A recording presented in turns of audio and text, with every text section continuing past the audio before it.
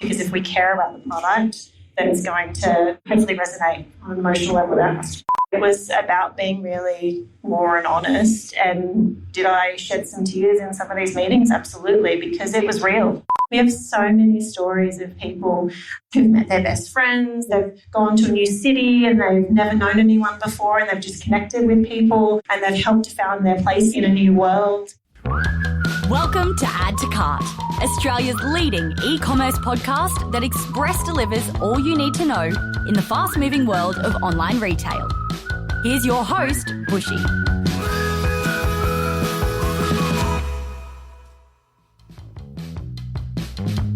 Welcome to Add to Cart, Australia's leading e-commerce podcast for e-commerce professionals who never stop learning. We bring you insights from the top e-commerce operators, founders, and experts across Australia to help you drive results and grow your e-commerce career. My name is Bushy, joining you from the land of the Turrbal people here in Brisbane, Australia. Now, what happens when you suddenly find yourself leading one of Australia's most iconic fashion brands as it faces its biggest challenge and biggest transformation yet? In our latest Add to Cart Live, we were joined by Jackie Kruger, CEO of BlackMilk Clothing. Now, if you don't know BlackMilk, what started as a cult beginning selling handmade leggings from a kitchen in Brisbane has become a global brand with over 1.1 million followers, a thriving international customer base and community of Sharkies, and licensing deals with some of the biggest brands in the world, including Star Wars, Harry Potter, Lord of the Rings, and more.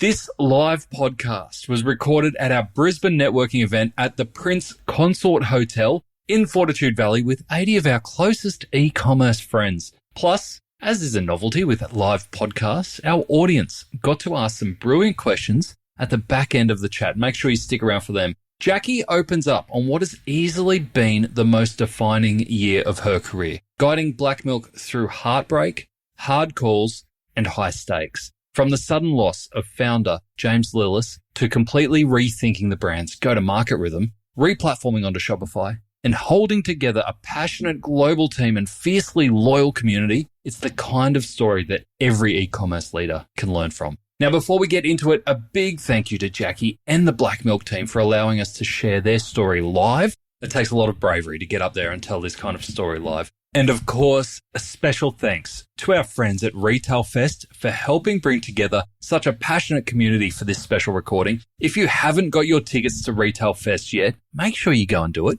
3 amazing days of e-commerce learning and networking on the Gold Coast. On the Gold Coast, yeah, networking, learning, and a little bit of fun. From the 28th to the 30th of May, tickets are available at retailglobal.com. And as always, a big thank you to our sponsors, Klaviyo and Shopify, for making this episode and this podcast possible. Now, here we go. Let's get into it. Here's our live conversation with Jackie Kruger, CEO of BlackMilk. Thank you, everyone, for coming along. What an awesome venue. What an awesome night. And I'm so excited for this conversation. So we're going to get straight into it. Everyone, give it up for Jackie from BlackMilk. All right, so we are recording live tonight, so I can't fuck it up. And we will still have editing, so we'll be all right. But we're going to chat for about half an hour. But then the beauty of live podcasts is that you guys get to ask the questions that you want to ask. So I'm going to take a pause at around the half-hour mark and throw it out to you guys. And I really do hope you have questions because that's when this becomes really fun. So we'll kick off, but keep those questions in mind. Jackie. Hello. Last 12 months, Ash alluded to it in his brilliant intro there. How do you describe the last 12 months? A roller coaster.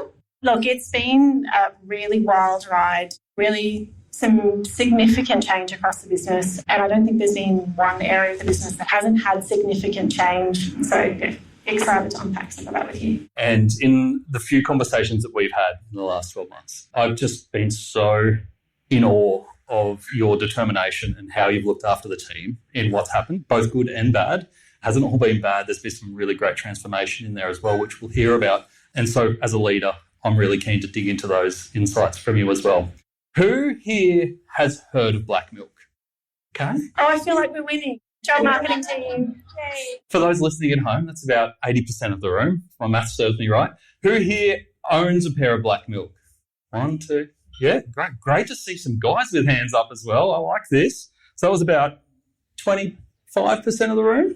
All right, great. So, Jackie, I know BlackMilk has changed a lot, especially because I've been following the journey as a Brisbane person all the way through from when it was founded as a tights business. How do you describe BlackMilk now? Can you give us an idea on some of the numbers that you're doing worldwide? So we've gone through some significant change, like I alluded to before, and we actually made some purposeful steps to step backwards in order to go forward. So I'll unpack that in a little bit. So our numbers have actually reduced this year specifically because we've changed our go-to-market strategy and we're now going to market. We used to go to market twice a month. Full campaign, full collection. It was chaotic at best, but it's just on this hamster wheel. And it wasn't sustainable. And anyone who's talked to me in the business or external, I'm like, we've got to go deeper, not so broad. So that was a part of that change so that we could go deeper and we could spend more time and invest in the product and invest in the marketing and the communication. But I guess from a brand perspective, yes, we started with leggings. And very much predominantly women's wear brand. And then over the years, we've really evolved. And a fun fact, we sell more dresses than we do leggings these days. But we sell globally and, it sort of fluctuates collection to collection, but we're sort of 50 to 60% US sales now rather than Australia. And I think everyone's felt the pinch in Australia in the last 12 months, and we've definitely seen our customer be impacted by that, but a number of other things as well. So our Australian customers have declined, sadly, but we've definitely picked up in the US, and that's sort of kept things going, which has been really great for us. It's an interesting point because I think there's a lot of people who were thinking about moving into the US and maybe on the verge of it who might be scared of what's going on there with tariffs, etc. Yep. Do you still think it's a stronger market than Australia from an e-commerce perspective? So I went to Shop Talk last year, really lucky to go to the one in Vegas, and I was just blown away by everyone was talking about, their businesses and what they're doing, insights and all that sort of stuff. And then they started talking numbers, and I'm like, you're talking in billions, aren't you?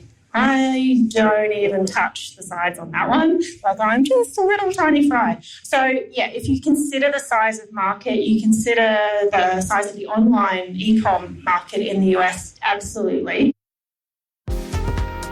Anyone who's had a personal trainer knows that whatever targets you set, they're going to raise them. So when Nutrition Warehouse looked to engage Klaviyo, it wasn't just about sending emails effectively. They tasked them with increasing revenue, driving awareness, and building customer lifetime value. That's a spicy set. But Klaviyo were up for the challenge. By creating the right email flows triggered by customer actions, using geo-targeting for their 110 stores, and using predictive analytics to target high-value customers with personalised offers, they proved that they were up to the challenge. Smashed it, in fact, with a 47% year-on-year increase in placed order rate on email flows and a Klaviyo ROI of 50 times, Nutrition Warehouse remain ahead of the pack.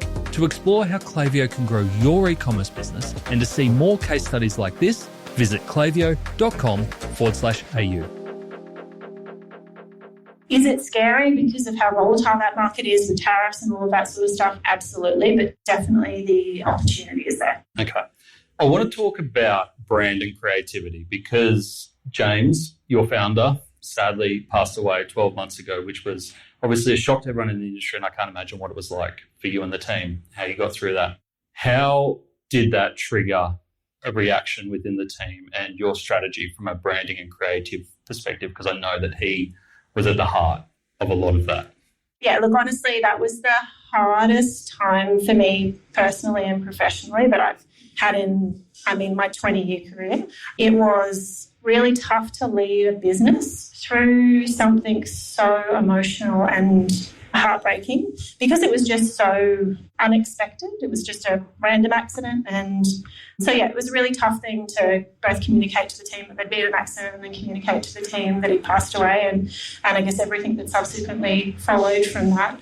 So there was, I guess, the emotional component to supporting the team and how we pulled together to get through that, but also supporting our community.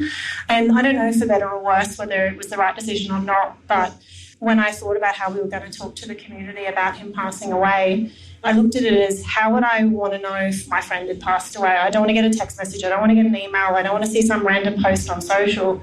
So we actually decided to do a video and tell the team, to tell our community what happened, which Didn't expect it to go as public as it did, but I'm, in hindsight, not surprised, I suppose, that it did. But then from that point, James was always doing the creative inspo sessions around product and used to really think about, our collections from a narrative sense, how are we going to dress the characters for this story.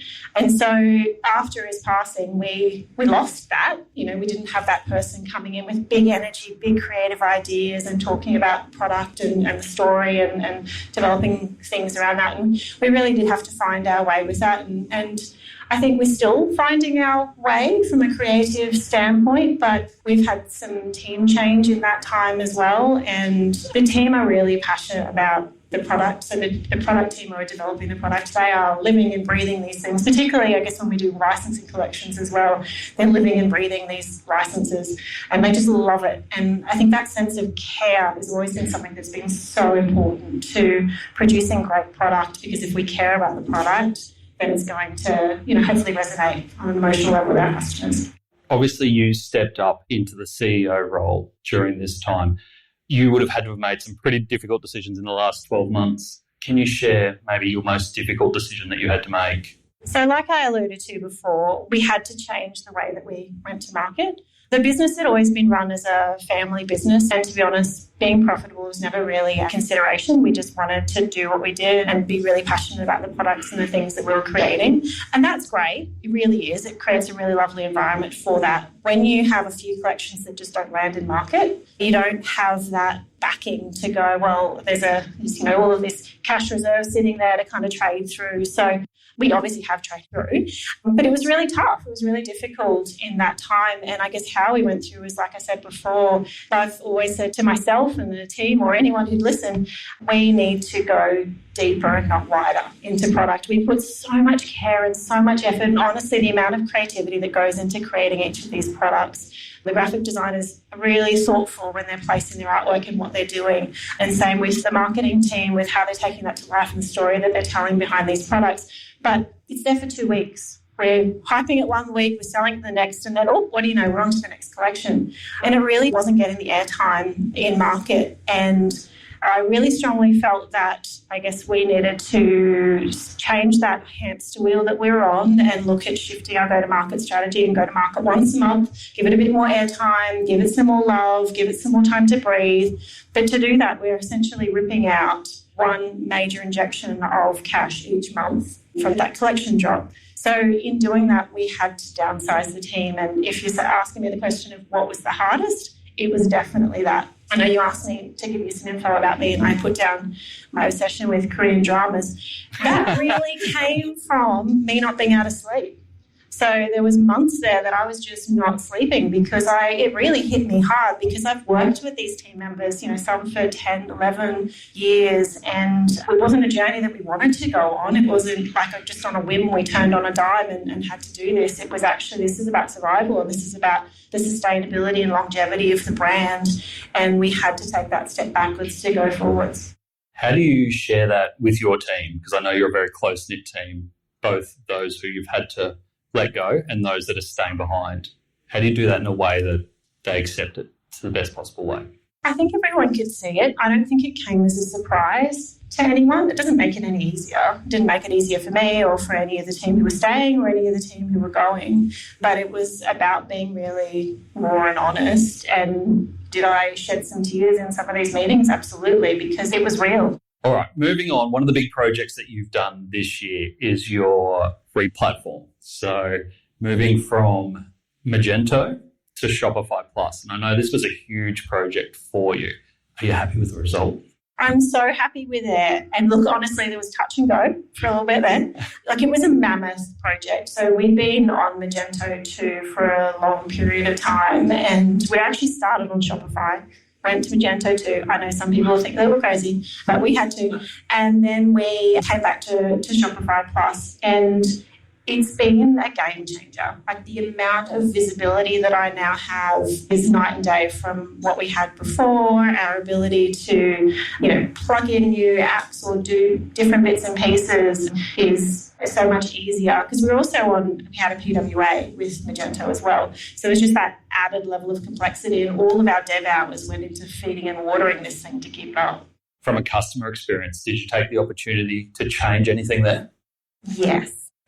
So we had the same design since I think maybe about 2017, 2016. So it was a really long time to have that one design, and it wasn't, I guess our customers are really used to it and had grown to love it. So that change was really hard for them. But we took that as an opportunity to, I guess, modernise the look and the feel. And it was very boxy before. It wasn't full bleed before. We wanted to have some animations. We wanted to have a bit more magic because, BlackMilk is a little bit like Willy Wonka's chocolate factory. So we wanted that feel to come across in the website and to have more movement and have more animation and a bit of fun and a little magic sprinkle across when you buy something and that sort of thing. So, yeah, we completely redesigned it. And earlier in the year before, we'd done some customer surveying. We did a tone of voice survey with MI Academy, shout out to Alita. And it was really useful for us to have a look at some of the things that they wanted us to change. So we looked at different data points from customers around what they wanted to see, but also, working with the working party on your current UI and what we should be doing from a UX perspective. I know you've got your community of Sharkies who are very passionate. What was their initial feedback when you pushed the button? Oh, I feel like you know the answer to this question.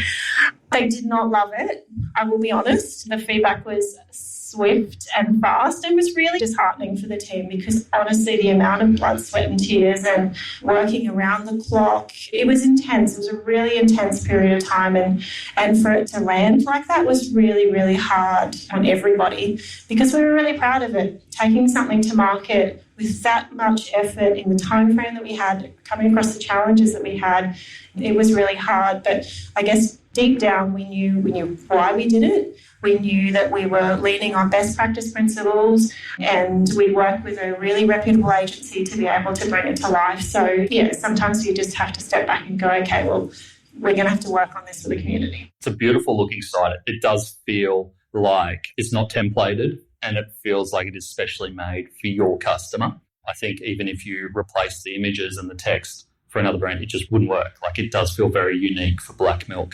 You mentioned there some of the challenges in replatforming. You don't have to go into specifics. You can if you want. But for anyone considering a replatform project, what are some of the lessons that came out of it for you that you would take into your next one? Due diligence. So we'd made some decisions early on in some of the vendors that we wanted to work with as part of the project and, at all different levels of the apps or what have you. And we had to make some course corrections during the process, all very well intentioned. Everyone was obviously doing the best that they could and with the information they had, but the way that we go to market is really unique and it creates some really unique challenges. And through doing that, I guess third parties and other people that you work with don't know your brand as well as you do, and they don't know the intricacies and the special components to the brand and how you go to market that might make their product or the way that they wanted to do something not work until the rubber hits the road and we go, oh, it's not working. So, yeah, I think that's being really clear and spending that time up front and really working through some of those things because we had to make some pivots right at the end, which actually led to us having to delay our go live. We were supposed to go live in August and we got really close. And I was like, I'm really sorry, guys. I know how much you worked on this, but I'm going to have to pull the pin because we had for us, go time, biggest time of the year is Halloween.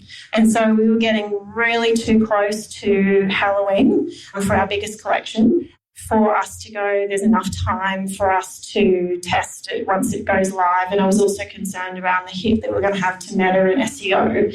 So we ended up pausing it and then waiting until after we had those collections and then having a second go at it.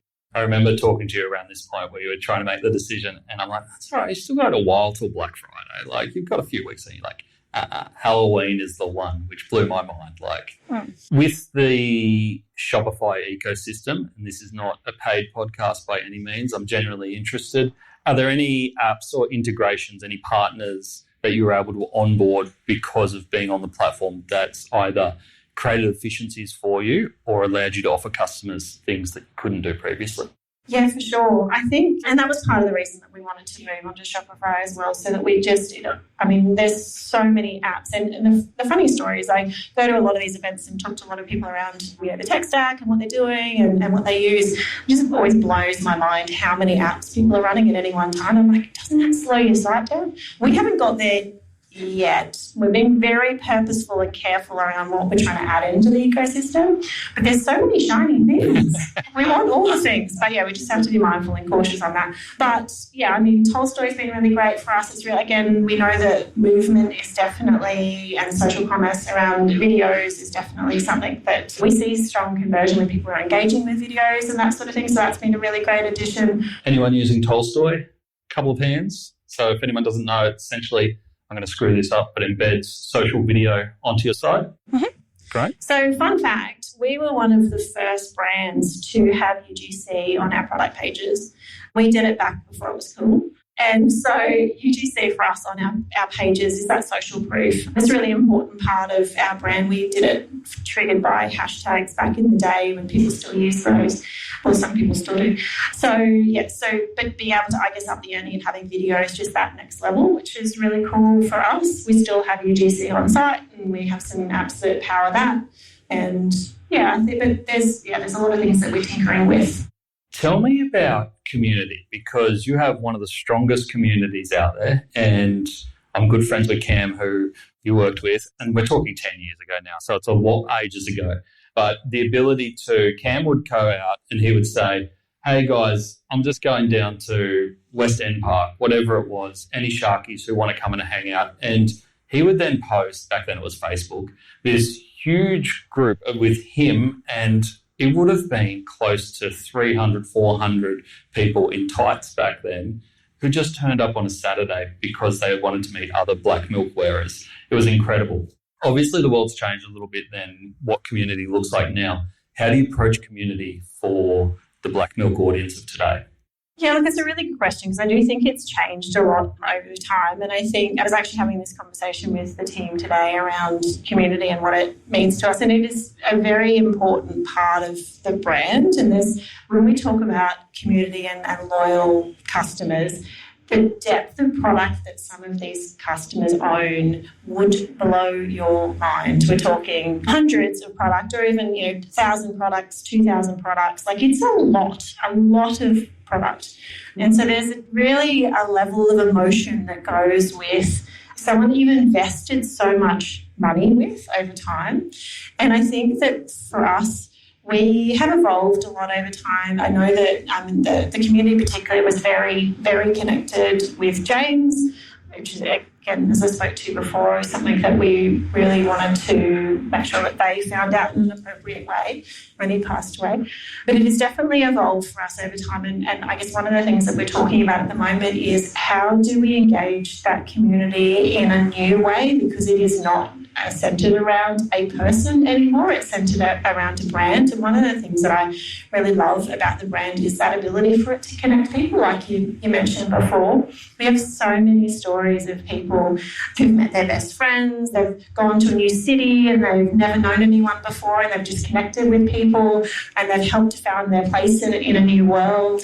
And I love it when I walk down the street and I see someone wearing Black Milk and they see me wearing Black Milk, and it's this kind of moment like, oh, hey, you know too. So it's a lot of those moments and memorable experiences, again, looking at how we lean into that, but doing it in a way that I guess is sustainable and scalable. Yeah, how have you been able to replicate that globally? Or has that growth internationally come from a different source? I think it's come from a different source. Certainly in the early days, community is what was driving that growth, and there'd be a lot of meetups, like a SoCal group and a NorCal group, so South California, North California. Then there's a Sharky group in France, and there's one in the UK. Like, there was 60 different running groups that was run by admins, so slightly arm's distance from us. We would feed them product and we would do bits and pieces like that for them to have moments and experiences. But I think now it's more people are coming together over certain moments of time. So we launched a Final Fantasy collection in February, our strongest month for a long time. I know February, it's not normally in retail a strong month, but it was for us. So I was, high-fiving to everyone who walked past. Everyone in this room has just been through February, March going, cool, when are the sales coming? So I think people are coming in for those fandom moments, those things that they really connect with, because we do licenses and we do product in a really unique and different way. And that's why licenses like to work with us too, because we don't just slap it on a T-shirt. No offence to anyone in the room who does put it on a T-shirt, that's cool too. But we do it in our own really unique way and we want to have a bit of fun with it. And so there is an element of you can wear your fandom to work, you can wear your fandom out, and people, if you know, that's great. But yeah, people are kind of coming in for certain things now, and that's fueled international growth. How do you grow a business from a small Sydney garage to a global brand? Fragrance designer Who Is Elijah achieved this success with the help of Shopify. By upgrading to the full power of Shopify Plus, Who Is Elijah used expansion stores and B2B e-commerce to achieve a 400% increase in direct-to-consumer sales and 50% year-on-year growth in international wholesale. Shopify Plus made it easy to customize their messaging, checkouts, and even their pricing to suit different markets. With a unified dashboard, they could easily track data and optimize their business for growth. That's how Who Is Elijah is powered by Shopify. To read more success stories like this, visit shopify.com/case studies. As you were doing the transformation work this year, did you reassess investment in community? Because I'm really interested to know how you can measure effectiveness of all the effort that you put into fostering and nurturing those communities. No, I think it's like brand, right? It's one of those things that you can try and put some measures on it, but they're a little bit fuzzy at best, so it doesn't stack up to the CFO. And so from a marketing perspective, investment, where are you finding you're getting the best returns at the moment? So, true story, we work with agencies to run our paid media. And early last year, we're like, Google doesn't work for us. It really doesn't get strong returns. We just, we sort of pull our money back and really should sort of go to Meta. We switched agencies back end of last year. Similar sort of investment, but I guess the optimization that we've been able to do, and obviously we're on Shopify or a different, situation to where we were, but the returns we're getting out of Google is phenomenal. We're like, throw more money at it. It's going well. Any particular type of Google activation? Putting you on the spot here. Help me. Shopping. Okay. All right. I'm hearing that a lot at the moment around Google Shopping. I've got one more question and then I'm going to throw it over to the audience. Okay. So get your questions lined up. We've got plenty of time there. What's your focus? So we've talked a lot about what you've done in the last 12 months. If I was to ask you for one focus for the next 12 months, what would you say?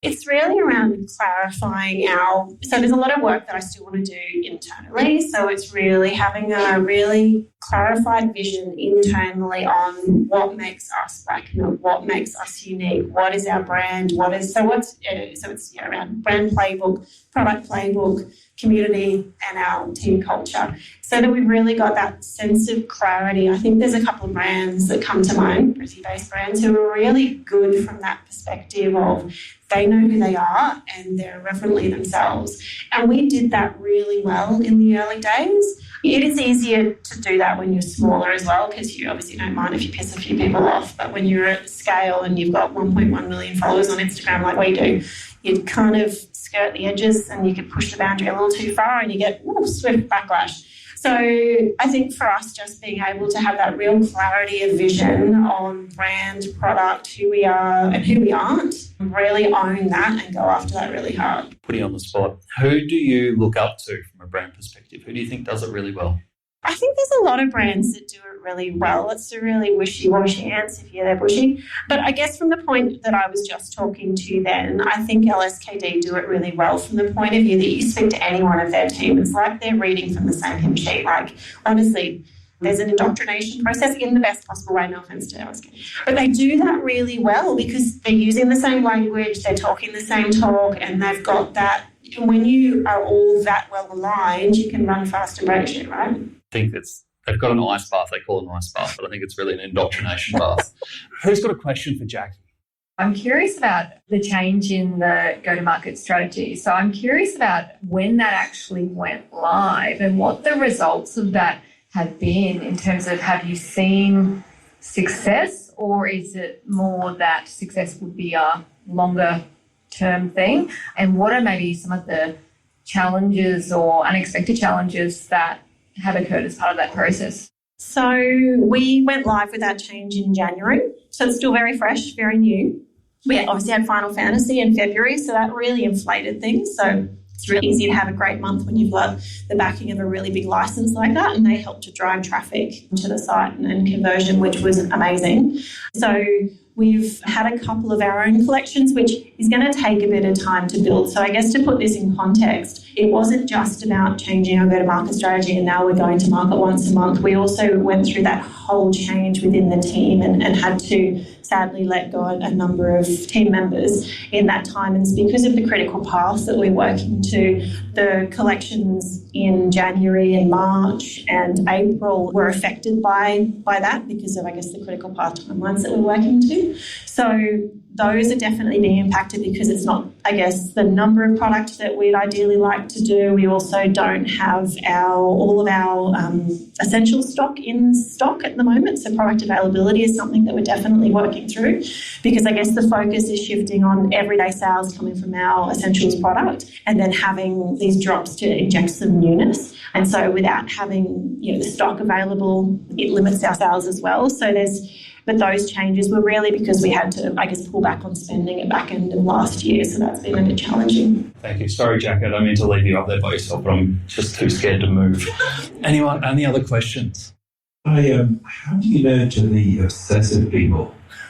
Do you mean in business or just in personal? Oh, that's a good question. So how do we deal with the obsessive people? Look, my personal view on that is I tend to try and kill it with kindness.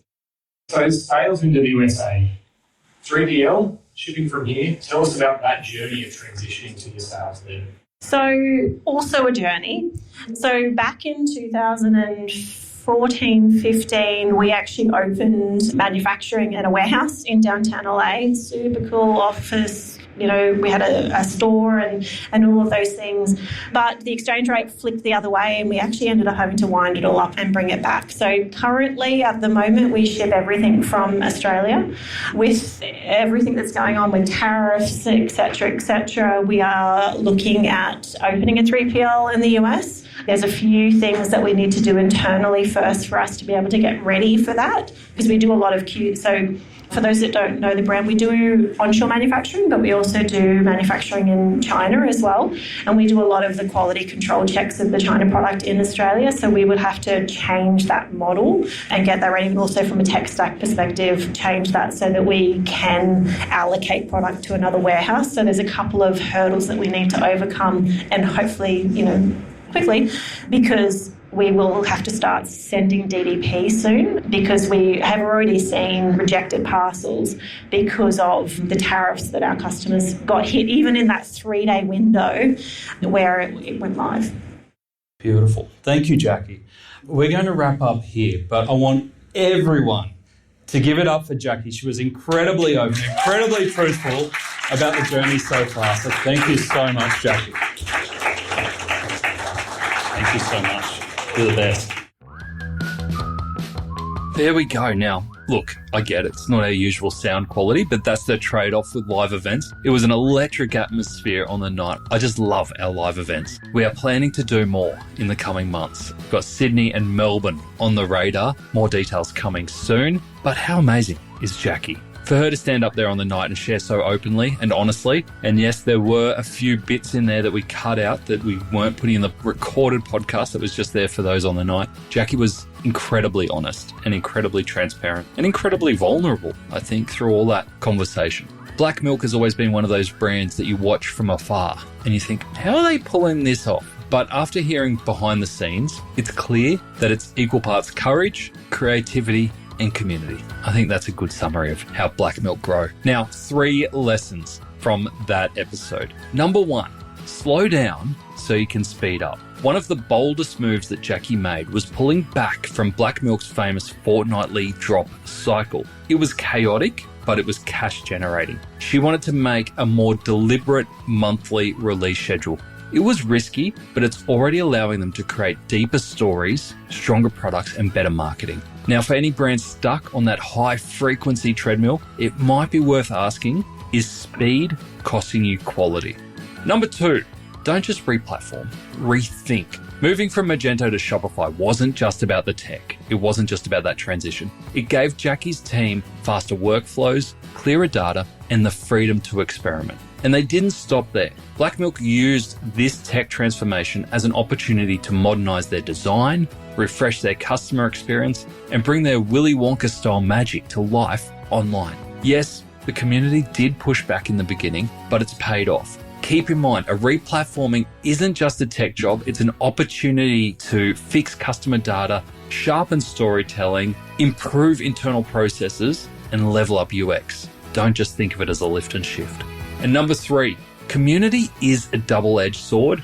You've got to lean into it anyway. BlackMilk's community of Sharkies aren't just customers, they're collectors. Some own hundreds, even thousands of pieces. That kind of passion, it creates pressure.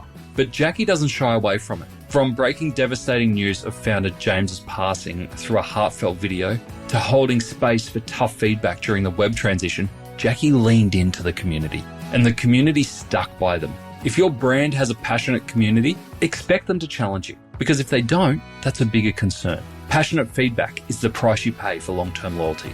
Now, if you got value from this episode, I'd love if you could share it with a friend, especially one that might be going through their own leadership challenges, like Jackie has. Could be just the thing that they need to get them through. Also, if you have time, leave us a review on Spotify or Apple Podcasts. It really makes a difference. If you want to see everything that we discussed today, head on over to BlackMilk's new website and check it out. Jackie and the team have added some real magic in there. New animations, fresh storytelling, and plenty of Sharky spirit. Go check it out. And of course, please support our awesome sponsors, Shopify and Klaviyo, who make Add to Cart possible.